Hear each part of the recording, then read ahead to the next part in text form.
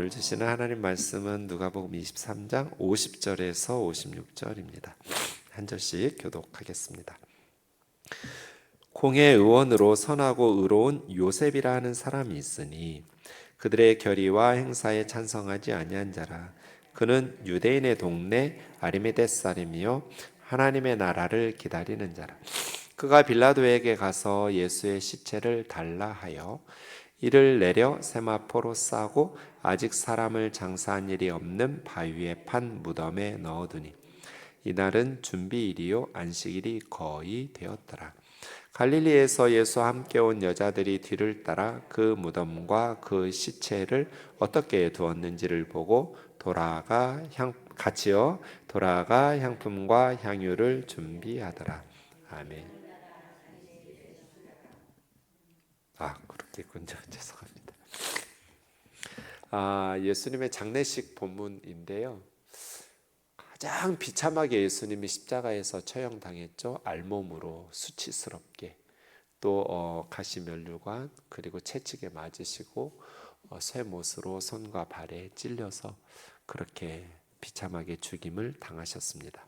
그런데 오늘 본문에 보면 예수님이 그렇게 비참하게 죽임을 당하셨는데 예수님의 시신이 십자가에서 애정어린 손길들에 의해서 내려와서 이제 정성껏 장례식이 치러졌다라는 것을 볼 수 있습니다. 그 일에 아리마대 요셉의 헌신과 용기가 있었던 것이죠. 오늘 본문 50절 보시면 공회의원으로, 이건 이제 산헤드린 공회를 의미합니다. 산헤드린이라는 것은 둘러앉아 있다, 둥그렇게 이렇게 그들이 회의할 때 둥그렇게 앉아 있는 모습을 보고 산헤드린이라고 지은 것 같습니다. 71명으로 구성되어 있는데요. 현직 대제사장이 의장입니다. 예수님 시대에는 가야바죠. 가야바라는 현직 대제사장이 산헤드린 공회의 의장이고 그 다음에 70명의 공회 의원들이 있는 겁니다. 모세 시대에 70명의 장로들이 있었잖아요. 시내산 언약을 맺고 10계명 이렇게 하나님 주실 때에도 70명의 장로들이 모세와 함께 시내산에 올라가서 하나님과 함께 피로연처럼 결혼식 후 피로연처럼 하나님과 함께 음식을 먹고 마시는 장면이 나오는데, 그래서 70명의 모세 시대의 장로들이 이스라엘의 원로들, 리더들이라고 할 수 있겠죠. 모세를 도와서 함께 이끌어가는 70명의 장로들이 있었던 것처럼 산헤드린 공회에 70명의 의원이 있고 이렇게 모세가 있었던 것처럼 또 현직 대제사장이 의장으로 있는 것이죠. 그렇게 산헤드린 공회의 의원이었다는 거니까 아리마대 요셉은 지위가 높은 사람이죠. 당시에 이제 왕은 없고요. 이스라엘 유대와 사마리아 지역에는 빌라도 총독이 다스리고 있었으니까요.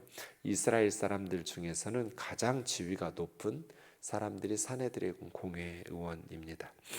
지금처럼 무슨 삼권 분립이 2000년 전에 있던 시절이 아니니까 지금 우리의 의원 하면 우리는 국회의원만을 생각하는데, 지금이야 삼권 분립이 된 건 얼마 안 됐어요. 역사적으로 오래되지 않은 사건이어서 행정과 지금은 입법과 사법권이 서로 분리돼 가지고 삼권 분립, 이제 왕정에서 민주공화정으로 넘어올 때 한 사람이나 한 무리에 의해서 모든 권력이 집중되면 부패하게 되니까 삼권 분립을 하게 되잖아요. 미국의 초대 대통령인 조지 워싱턴 계속 대통령 하라고 했는데 조지 워싱턴이 연임인가 하고 딱 멈춘 것이, 그때는 지금은 딱 2번만 할 수 있잖아요. 미국의 대통령제는 4년 중임제인데 그때는 그런 게 없었거든요. 미국 초창기 때에는. 그럼에도 불구하고 조지 워싱턴이 딱 멈춘 것이, 내가 계속하면 독재자가 되고 옛날 왕정처럼 돼버린다, 우리가 꿈꾸는 나라를 만들 수 없다 해서 딱 물러나거든요. 이승만 대통령이나 박정희 대통령이 그렇게 딱 물러났으면 얼마나 좋았을까. 후대에 칭찬받으면서 옆에서 계속 하셔야 된다고 막 부추기고 뭐 4.4.5입 개헌하고 막 그러다가 결국 두 분 다 비참하게 이렇게 쫓겨나듯이 마무리가 좋지 않았는데 조지 워싱턴이 미국의 초대 대통령이 그걸 염려한 거예요. 왕정에서 그건 이제 삼권 분립이 없죠. 한 사람에게 그리고 그 리더 그룹에게 모든 입법, 행정, 사법의 권력이 집중돼 버리잖아요. 네. 여기 사내들인 공회가 단순히 우리가 생각하는 의원이니까 그럼 입법권을 가진 국회의원인가? 그렇지 않아요. 입법, 행정, 사법권을 다 가지고 있는 단체라고 보셔야 돼요. 삼권 분립 없던 시대니까요. 어쨌든 막강한 권력을 가지고 있는 예수님을 죽이잖아요. 물론 이제 예수님을 빌라도 총독은 풀어주고 싶었는데 로마 총독의 압력을 가해서 협박하면서 십자가에 처형시킬 만큼의 힘을 가지고 있었던 사람들입니다. 그 중에 아리마대 요셉이 있었다는 거예요. 그런데 아리마대 요셉에 대해서 선하고 의로운 사람이었다 이렇게 평가합니다. 선하고 의로운 사람. 사내들인 공회가 앞장서서 예수님을 십자가에 처형시키고 죽였는데 불법 재판하고 온갖 불의를 저지르면서 악한, 그래서 예수님으로부터 강도의 소굴로 하나님의 성전을, 만민이 기도해야 될 하나님의 집을 너희가 강도의 소굴로 만들었다고 책망받았던 대제사장들, 유대 종교 지도자들이 다 사내들인 공회의 핵심 리더들이잖아요. 그럼에도 불구하고 선하고 의로운 사내들인 공회 정치인이 있었다는 것, 요셉이라는 사람이 있었다는 것을 우리가 기억해야 됩니다. 그러고 보면 예수님이 태어날 때 아버지 이름도 요셉이고 예수님을 마지막으로 장례식 치러주었던 아리마대 요셉도 요셉이라는 특이점이 있습니다. 동명이인이지만 요셉이 예수님께서 태어나셨을 때도 육신의 아버지로서 아기 예수님을 돌봐주었는데 이제 예수님의 마지막 장례식도 요셉이라는 이름을 가지고 있는 아리마대 요셉이 장례식을 치루어 줍니다. 그런데 이 아리마대 요셉은 그들의 결의, 사내들인 공회의 결의와 행사, 그 행동에는 찬성하지 않았다. 그 행동이 뭐예요? 예수님을 불법 재판해서 십자가에 처형하도록 빌라도 총독에게 넘겨준 거죠. 그런 행동에는 찬성하지 않았던 사내들인 공회 의원이 있었다고 말합니다. 왜 아리마대 요셉은 이렇게 선하고 의로운 사람으로 살 수 있었는가? 하나님의 나라를 기다리는 자였기 때문에. 하나님 앞에서 사는 거죠. 하나님 이름 팔아서 성전을 강도의 소굴로 만드는 유대 종교 지도자들과 달리 선하고 의롭게 바르게 살 수 있었던 것은 하나님 나라를 기다리는 자였기 때문입니다. 아리마대라는 지명이 여러 군데가 있습니다. 그래서 어딘지 지금은 정확하게는 알 수가 없습니다. 그저 가장 많은 성경학자들은 사무엘 선지자의 고향이었던 라마다임 소빔이라는 곳이 아리마대가 아닐까 이렇게 추측하고 있는데 그럴 가능성이 높은 건 사실이지만 정확하게 아리마대가 어디지? 유대 땅이에요. 뭐 북쪽 갈릴리나 사마리아가 아니라 유대 지역이긴 한데 아리마대가 어디인지 정확히 알 수는 없습니다.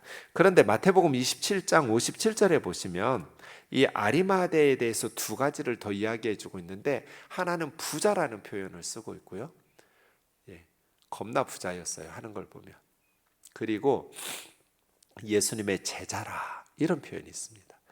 그러니까 아리마대 요셉이 예수님의 제자 중에 하나였던 거예요. 그래서 예수님의 장례식을 치러준 사람이 되는데요. 정치권이 썩은 것 같지만 다 썩은 게 아니에요. 현실에서 정치하기 위해서는 현실에 타협하기도 하죠. 저 같은 목사는 우리가 옳다고 생각하는 대로 살면 돼요. 신앙 양심 지켜가면서. 그런데 정치인은 다르잖아요. 현실 정치를 하기 위해서 때로는 타협하기도 하고 협상해야 하기도 하고 양보하기도 해야 되고 자기가 옳다고 생각하는 신념대로 다 그렇게 정치를 할 수는 없죠. 그럼에도 불구하고 아리마대 요셉과 같이 선하고 의로운 정치인이 있었다는 거잖아요. 사내들인 공회에. 그래서 이것은 우리에게 어떤 교훈을 주냐면 사내들인 공회가 부패했기 때문에 내가 부패하게 살 수밖에 없었습니다 라고 하나님 앞에 가서 핑계할 수 없다는 뜻이에요. 우리가 말씀에 불순종하면서 악하게 살다가 하나님 앞에 가서 그 직업은 악할 수밖에 없었습니다. 그 나라는, 우리가 살다 있는 그 지역은, 그 직업군은, 그 상황에서는 죄를 지을 수밖에 없었습니다. 물론 우리가 현실에 타협해요. 그런데 그럼에도 불구하고 선하고 의롭게 살아야 돼요. 완벽하게 신앙 양심 지켜가면서 세상에서 살 수는 없지만 그러려면 신학교 가서 목회해야 돼요. 세상과 타협하기 싫으면 목회해야죠. 교회에서만 살아야죠. 그런데 세상에서 직장 생활하는데 어떻게 내가 옳다고 생각하는 대로만 직장에서, 그럼 직장에서 나가라고 그러죠. 때로는 타협하기도 해요. 그럼에도 불구하고 그 악한 세상이, 직장의 문화가 나의 죄악을 변명할 수 있는 핑곗거리가 될 수는 없어요. 우리는 할 수 있는 최선을 다해서 그 불의한 세상에서 말씀에 순종하면서 가야 돼요. 100보까지는 못 가도 50보까지는 가야 돼요. 그러면 그렇게 변화된 직장의 문화에서 우리 아이들은 50보만 더 가면 되잖아요. 그런데 우리가 한 발도 안 가고 세상 사람하고 똑같이 직장 생활하면 우리 아이들은 100보를 가야 하잖아요. 말씀대로 이 세상을 변화시키려면. 그래서 현실 속에서 우리는 믿음을 지키면서 말씀에 순종하면서 살아내는 게 어려워요. 그럼에도 불구하고 그 현실의 악함이 말씀에 불순종하면서 악하게 산 우리의 삶에 대한 핑곗거리가 될 수는 없어요. 그래서 우리는 우리가 할 수 있는 최선을 다해서 밀어붙이는 거죠.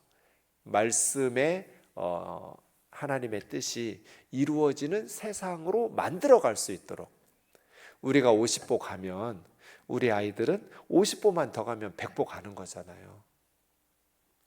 그래서 그리스도인들의 저항정신, 살아있는 물고기가 물살을 거슬러 올라가듯이 살아있는 신앙은 세상의 불의와 악함에 타협하기도 하지만 저항정신을 가지고 올라가서 내가 100%다 바꿔놓지는 못하지만 내가 이곳에 있음으로 해서 50%라도 바꿔놓겠다는 그러한 하나님 앞에 눈물 어린 기도와 간절함으로 그렇게 사명을 감당해야죠. 사내들인 공회, 예수님 불법 재판에서 죽인 사람들이에요. 사내들인 공회, 예수님으로부터 성전을 강도의 소굴로 만들었다고 책망받았던 부패한 사람들이에요. 그럼에도 불구하고 선하고 의로운 요셉이라는 한 사람이 있었다. 선하고 의로운 사람이 있었다. 하나님의 나라를 기다리는 사람이 있었다. 그래서예요. 그래서 예전에 제가 전에 섬기던 교회에 고등부 집사님이셨는데 제가 교회를 떠나오고서도 같이 이렇게 계속 학교에, 제가 그 집사님이 있는 고등학교에 가서, 중대부고에 가서 계속 이렇게 말씀 학생들하고 선생님들하고 공부하고 나누고 매주 했었거든요. 그런데 어느 날 집사님, 지금 장로님이 되셨는데 학교도 은퇴하셨고, 어느 날 집사님이 목사님, 저 학교 그만두려고요. 왜요? 너무 힘들어요. 그럼 뭐 먹고 살려고요? 딸이 둘이나 있는데 권사님이랑 딸들은 어떻게 키우려고요? 그분이 태권도 5단인가 그렇거든요. 경찰이 되겠다는 거예요. 그래서 왜 교사직을 버리고 경찰이 되려고 하느냐 여쭈었더니, 이제 사립학교인데 그때만 해도 선생님들 월급이 많이 적었잖아요. 김대중 대통령 때 교직원들 월급이 꽤 많이 올랐어요. 그 전까지는 교사들의 월급이 형편없었어요. 그러니까 이제 강남에 있는, 대치동에 있는 학교니까 촌지들이 많이 올 거잖아요. 그러면 학기 초가 되면 담임선생님한테 이제 학부형들이 촌지를 보내요.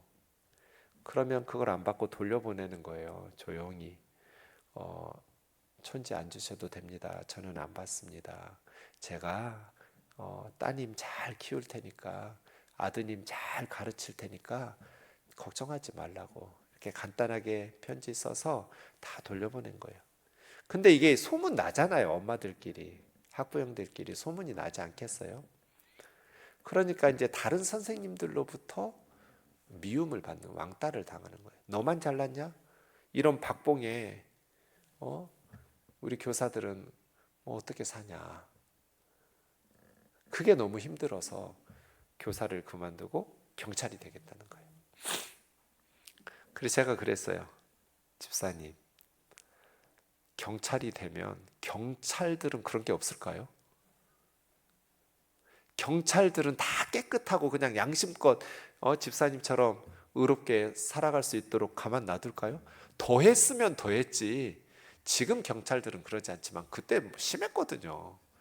더 했으면 더 했지. 교사들이 오히려 비교적 세상 때 묻히지 않고 신앙 양심 지키면서 신앙생활하기 좋은 직업 아닐까요? 어떤 회사에 가고 어떤 기업에 가면 다를까요? 그런 어려움이 없을까요?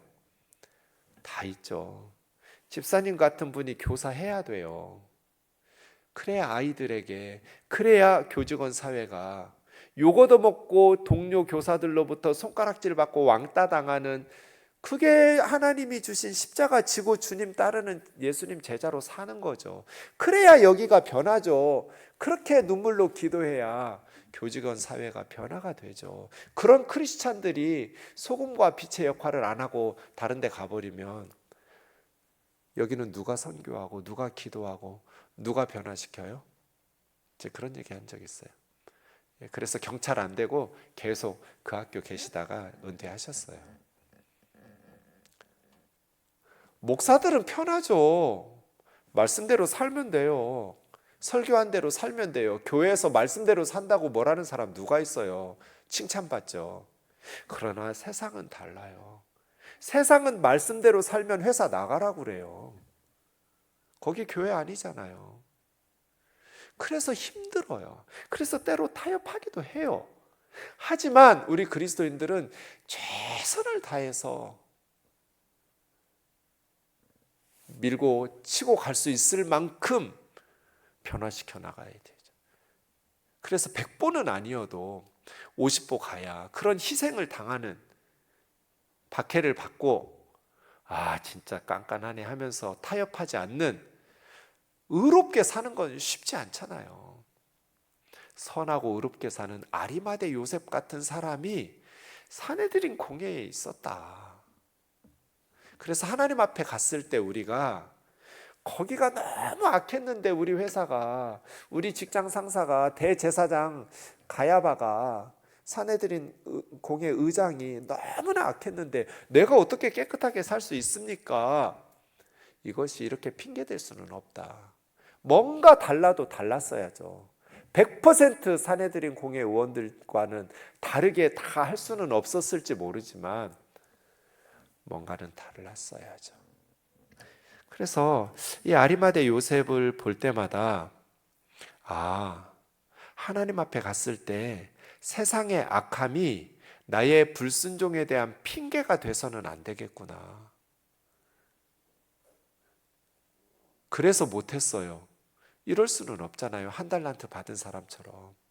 그래서 땅에 파묻어주고 하나님 나라를 위해서 아무 유익을 남기지 않고 그냥 하나님 앞에 갖다주고 내 믿음 하나 지키면서 살기도 힘들었어요 하나님, 이렇게 말할 수는 없잖아요. 악하고 게으른 종이라고 책망받을 거잖아요. 아리마대 요셉입니다. 그래서 우리 정치권이 썩었다고 말하지만 그 안에 아리마대 요셉과 같은 정치인이 있고, 또 크리스찬 정치인들은 아리마대 요셉과도 같은 그러한 선하고 의로운 정치인들이 되기 위해서 노력해야 되겠죠. 모든 분야가 그렇습니다.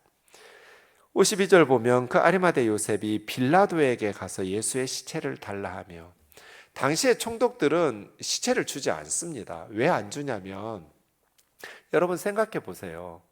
로마 제국이 십자가에 처형을 시켰다는 건 로마 제국에 반역한 반역자거든요. 그러면 피정복 국가, 예컨대 일제 강점기에 일본 총독이 십자가에서 처형시킨 조선 사람이 있다면 그 조선 사람 처형당한 사람은 독립운동가잖아요. 일제에 의해서는 반역이지만 조선에 의해서는 애국자잖아요. 그러니까 그 시체를 내주고 싶겠냐고요. 그 가족이나 그 친지들에게. 그러면 그 시체를 영웅시할 거잖아요. 그래서 로마의 총독들은 반역으로 처형당한 시체들을 안 내줘요. 그거 갖다가 피정복 국가에서는 영웅으로 만들 테니까요. 그런데 빌라도 총독이 아리마대 요셉에게 예수님의 시체를 내주라고 허락했어요. 왜 그랬을까요? 전 두 가지 이유가 있다고 보는데, 하나는 빌라도 총독이 예수님이 무죄라는 것을 확신했잖아요. 그래서 유월절 특사로 내주려고 했고, 그냥 채찍 몇 대 때려서 내보내주고 죽일 만한 죄가 없다. 또 하나는 요청한 사람이 예수님의 제자들이거나 예수님의 가족이 아니라 아리마대 요셉이라는 사내들인 공의 의원인 거예요. 그래서 여러분, 제가 애들한테 공부 열심히 하라는 거예요. 저 공부 못해요. 이 말이, 공부 잘하는 애가 저 머리 나빠요, 공부 못해요, 이건 겸손이에요. 공부 잘하는 애가 저 부족해요, 이게 겸손이에요. 근데 공부 지질이 게으르게 안 와가지고 못하는 애가 나 공부 못해요, 저 실력 없어요, 이건 겸손이 아니에요, 사실이지. 그래서 제가 애들한테 웃으면서 말해요. 야, 겸손하게 살아야지 무능하게 살면 안 된다. 왜요?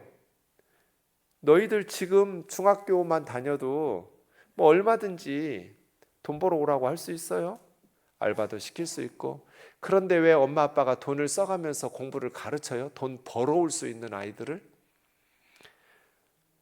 중학교 때부터 공부 안 하고 실력 기르지 않고 돈 벌러 다니면 그거밖에 못해요, 평생.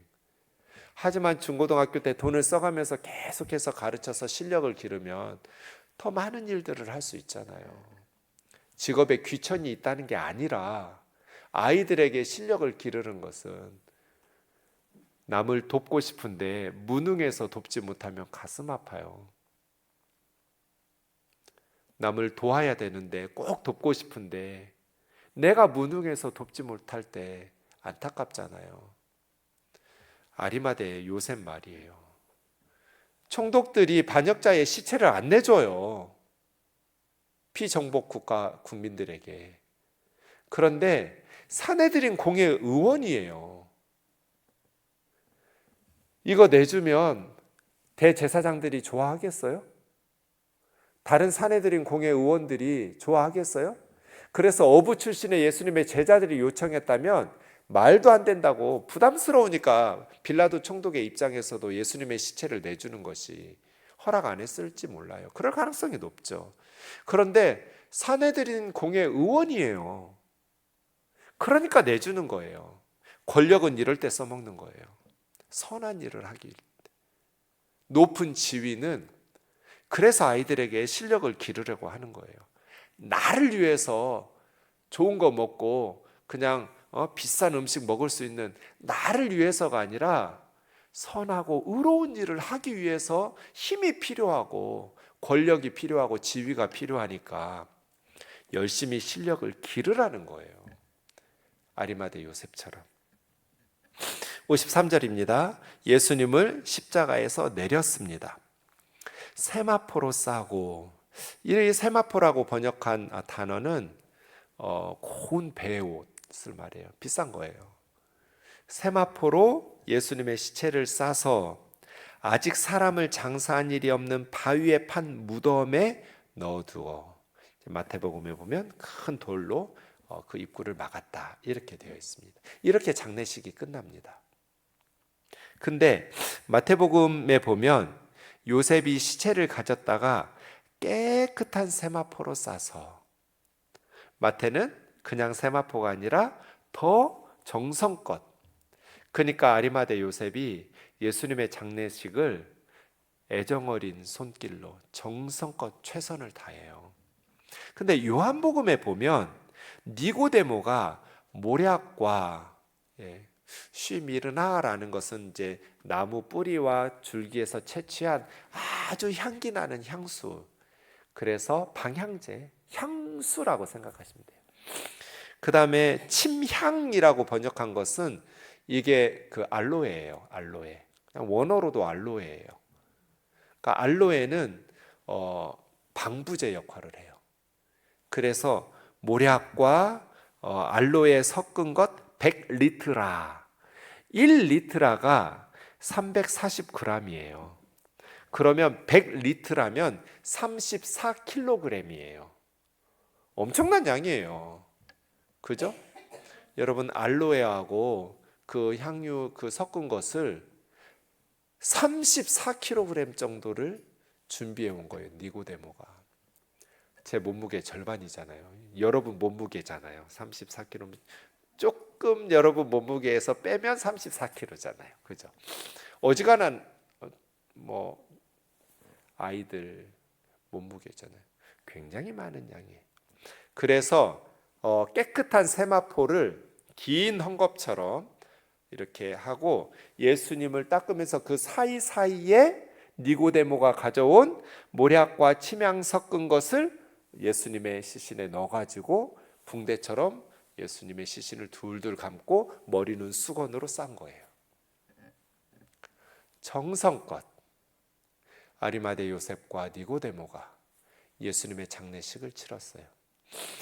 이스라엘에서 가장 비싼 무덤이 어디에 있을까요? 예루살렘 성전에서 가까울수록 비싼 무덤이에요. 예루살렘 성전에서 가까울수록 이 무덤이 더 거룩하니까 비쌀 수밖에 없잖아요. 그래서 아리마대 요셉이 큰 부자라는 거예요. 예루살렘에 아직 아무도 사용해 본 적이 없는, 예수님은 아무도 사용해 보지 않은 나귀를 타고 예루살렘에 입성하셔서 나귀 새끼를 타고 또 아무도 사용해 보지 않은 아리마대 요셉의 무덤에 잠깐 계시다가 그래서 예수님, 제가 늘 그 렌탈 인생이라고 그러잖아요. 예수님은 빌려서 쓰고 돌려주는 주인에게, 태어날 때도 마구간에서 밥통에다가 짐승들이 밥 먹는데 잠깐 빌려가지고 누워 계시다가 짐승들한테 돌려주시고, 마지막 이제 장례식 치를 때도 아리마대 요셉의 무덤에 잠깐 빌려서 사용하다가 다시 부활해서 돌려주시고, 자기 거 하나도 없으신 예수님이죠. 살아서 누리지 못한 호사를 죽어서 누렸어요. 우리 주님은 살아서는 머리 둘 곳도 없고, 새들도 보금자리가 있고 여우도 굴이 있는데 인자는 머리 둘 곳도 없다. 다 퍼주고 사시다가 가난한 사람들을 위해서, 우리들을 위해서 주님 가진 거 다 퍼주시다가 마지막에 태어날 때는 짐승들의 먹이 밥통 구유에 누이셨었는데 죽어서야 주님은 호사를 누렸어요. 아리마대 요셉과 니고데모 때문에. 그래서 아리마대 요셉과 니고데모가 너무 감사하죠. 아리마대 요셉이 없었으면 어쩔 뻔했어요. 왜냐하면 54절이요. 이날은 준비일. 무엇을 준비해요?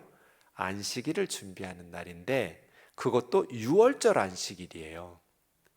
금요일 오후 3시에 예수님의 숨을 거두셨잖아요. 오전 9시부터 6시간 동안 십자가에 달려있다가 오후 3시 제9시에 운명하셨거든요. 숨을 멎으셨어요. 근데 안식일은 금요일 저녁 해 떨어지면 시작해요. 그러니까 오후에 예수님이 운명하셨는데 해 떨어지면 안식일, 그것도 6월절이라는 1년의 가장 중요한 안식일이 시작되니까 얼마 남지 않은 짧은 시간이에요. 그래서 안식일에는 장례식이 불가능하니까 서둘러서 장례식을 치를 수밖에 없었어요. 그래서 55절, 56절에 갈릴리에서 예수와 함께 온 여자들이 뒤를 따라 무덤과 시체를 어떻게 두었는지를 보고 돌아가 향품과 향유를 준비하더라. 왜요? 안식일이 다 돼버렸어요. 그래서 장례식을 오랜 시간 동안 여인들이 뭐 이럴 시간이 없었어요.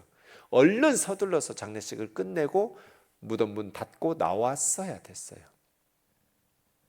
계명을 따라 안식일에 쉬더라. 안식일에는 아무 일도 하지 말라는 게 10계명이죠. 네, 10계명의 제4계명에 따라서 안식일에 쉬더라. 이렇게 장례식에 대한 말씀 마치는데 누가의 특징이 있어요. 꼭 여인들을 함께 해요. 15장에 보면 누가복음에 탕자의 비유가 있죠. 잃은 양의 비유, 잃은 아들의 비유. 그런데 뭐도 나와요? 여인이 잃은 드라크마도 나와요. 누가복음 15장에. 그러니까 남자인 아들 탕자의 이야기가 나오면 여자가 드라크마 10개 중에 하나 잃어버린 것, 그런데 등불로 또 켜고 쓸면서 찾으면서 똑같아요. 친구들에게 한탕 쏘면서 한턱 쏘면서 기뻐하고 즐거워하는. 누가는 꼭 이런 식이에요. 남녀 이렇게 비유를 마치면서 여성들을 소외시키지 않아요. 왜 그랬을까? 누가와 함께 선교 다녔던 사람이 바울이잖아요. 누가는 사도 바울의 선교팀의 멤버였잖아요. 사도 바울이 어떤 의식을 가지고 있어요? 선교할 때 남녀 평등. 그리스도 예수 안에서는 남자와 여자가 차별이 없다. 갈라디아서 3장 28절이죠. 이건 2000년 전에는 핵폭탄이죠. 우리 조선시대에 남녀 평등을 외치면 미친놈이죠. 상상할 수도 없는 일이죠. 양반들 다 들고 일어날 거예요 지금. 그런데 2000년 전에 바울은 남자와 여자가 차별이 없다. 또 자유인 로마 시민권자와 노예 차별이 없다. 있을 수 없는 일이죠. 어떻게 양반하고 노비하고 종하고 똑같고 평등해요. 유대인과 이방인이 차별이 없다. 이게 바울의 사상이었잖아요. 함께 선교 다니고 하면서 누가가 뭘 배웠겠어요? 바울에게. 남자도 여자도 유대인도 이방인도 종도 자유인도 차별이 없이 다 하나님의 자녀, 하나님의 백성이라는 거잖아요. 그래서 누가복음을 보면 끝까지 여인들이 계속 따라 나와요. 누가는 절대로 여인들을 소외시키지 않아요. 그게 이제 누가의 가치관과 시각에 있어서 중요하게 여겨진 것이기 때문이죠. 가끔 저에게 물어요. 목사님은 왜 형제 자매 이렇게 말하지 않고 자매 형제님들이라고 말하세요? 왜 순서를 바꾸세요? 저의 그 말투가 자매 형제잖아요. 형제 자매가 아니라. 그럼 전 다시 물어요. 왜? 꼭 형제 자매 이런 순서로만 말해야 되나? 아니요, 대부분 형제 자매라고 하는데 목사님은 꼭 자매 형제라고 순서를 바꿔서 말하니까. 그동안 계속 자매들이 뒤에 따라왔으니까 나라도 좀 앞장 세우려고 그런다. 왜? 거기에 저 생각이 들어 있는 거잖아요. 그 말 속에. 남녀는 평등한데 그동안 교회에서 또 우리 사회에서 여성들이 소외당했었으니까. 형제 자매로 계속 말하면서 아무리 남녀 평등하다고 외쳐봐야 변할 거 하나도 없으니까 언어를 바꾸고 표현을 바꾸고 행동을 바꿔줘야 아무것도 아닌 것 같지만 생각을 다르게 할 수 있잖아요. 아, 이렇게 해도 되는구나. 누가가 그런 식이거든요. 자매들이 꼭 누가복음 보면 다른 복음서하고 특징 중에 하나가 자매들이에요. 자매들이 꼭 함께 나와요. 여러분의 삶에, 저의 인생에 자매들이 소외되지 않기를. 그렇다고 해서 뭐 형제들을 무시하라는 것 아니죠. 정리해 보면 예수님의 장례식에는 세 가지 아리마대 요셉의 용기와 헌신이 있었죠. 그래서 주님의 장례식이 값지게 정성껏 치러질 수 있었어요. 두 번째는 어떤 희생도 마다하지 않는 여인들도 있었어요. 그래서 이 여인들이 부활의 첫 증인이 된 거예요. 빈 무덤의 증인이 되었죠. 그리고 호언장담했던 꼭 있어야 될 12제자는 하나도 없었어요. 예수님의 장례식에. 이것이 우리의 신앙을 다시 한번 돌아보게 합니다. 주님을 따르는, 꼭 주님에게 뭔가를 해야 될 그 일들이 있는데 예수님의 제자들처럼 호언장담하면서 그렇게 말로만 떠들어댔지만 결정적으로 이 여인들과 아리마대 요셉이 없었으면 예수님 장례식 어떨 뻔했어요.